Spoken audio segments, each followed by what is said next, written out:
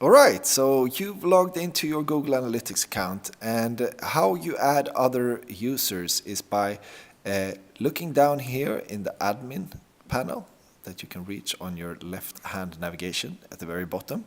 You click that, and you will get a view looking like this.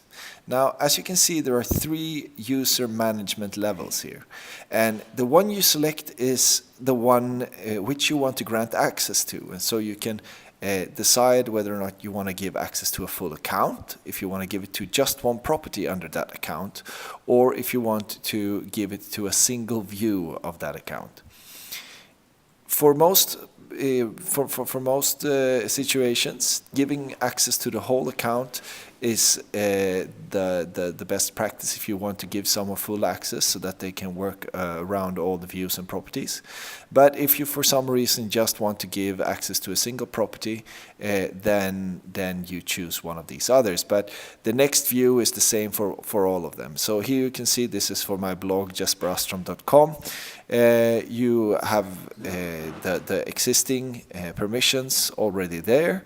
And if you want to add a new account, then you hit the little plus sign up here in the top right corner, and you hit add user, and then you fill in their email address and they will get notified.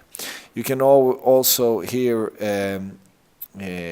select what kind of access you want to grant them, and in terms of giving us the access, it's good if we have the possibility to manage users, edit and collaborate. So you just tick all these 3 boxes plus that one, and then we will be able to help you with everything in the account. So that's how you add a user to Google Analytics, and yeah, have a good day.